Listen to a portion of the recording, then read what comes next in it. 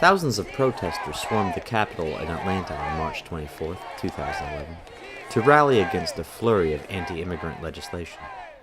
House Bill 87, the most potent of the 8 bills currently rolling through the state legislature, would force business owners to verify the legal status of employees. The bill would also demand that police check the status of any offender they believe could be undocumented, a measure many activists say will increase racial profiling. It's feared that HB 87, and its Senate counterpart SB 40, will wreak economic havoc on the state, just as it has in Arizona, whose legislature passed similar anti-immigrant legislation last year and is currently battling legal challenges to the law's constitutionality. In the weeks leading up to the rally, some of Georgia's Spanish-language newspapers referred to the event as a mega-protest. And while the crowd squeezed into every permitted inch of concrete in front of the Gold Dome, the mass didn't top out at such a superlative level. Nonetheless, the working-class Hispanic and Latino community turned out in droves, with many arriving still clothed in work gear and trailed by their families. Organizers and activists, for the most part, stayed perched on the Capitol steps, leaving plenty of room on the street for civilians. One young Asian student tagged along with a group of Quakers, carrying a giant puppet made to look like an octopus.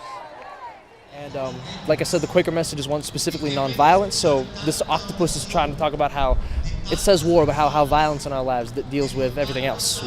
It interferes with labor, it interferes with how we deal with each other, it interferes with human life, it interferes with the economy.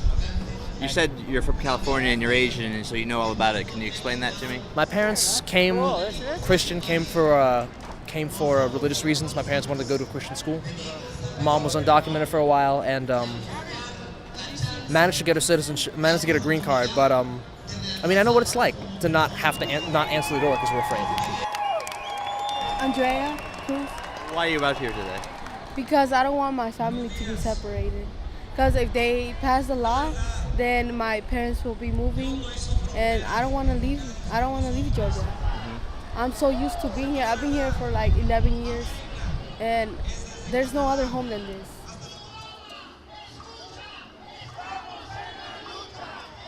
Often overlooked in discussions of immigration issues is the massive growth of Georgia's Asian population in the last decade. But Asian civic and business associations showed up in alliance with the predominantly Hispanic religious and political leaders, which included Jerry Gonzalez, executive director of the Georgia Association of Latino Elected Officials.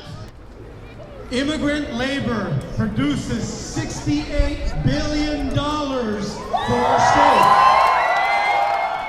It's time to create jobs instead of killing jobs. HB 87, Senate Bill 40 will kill jobs for Georgia. We deserve dignity and respect. One speaker told the audience that the immigrant rights movement was not about him, not about the rallies, but truly about the children, the next generation. That statement rang clear as lurching toddlers and strollers rode continuously into the cordoned-off block.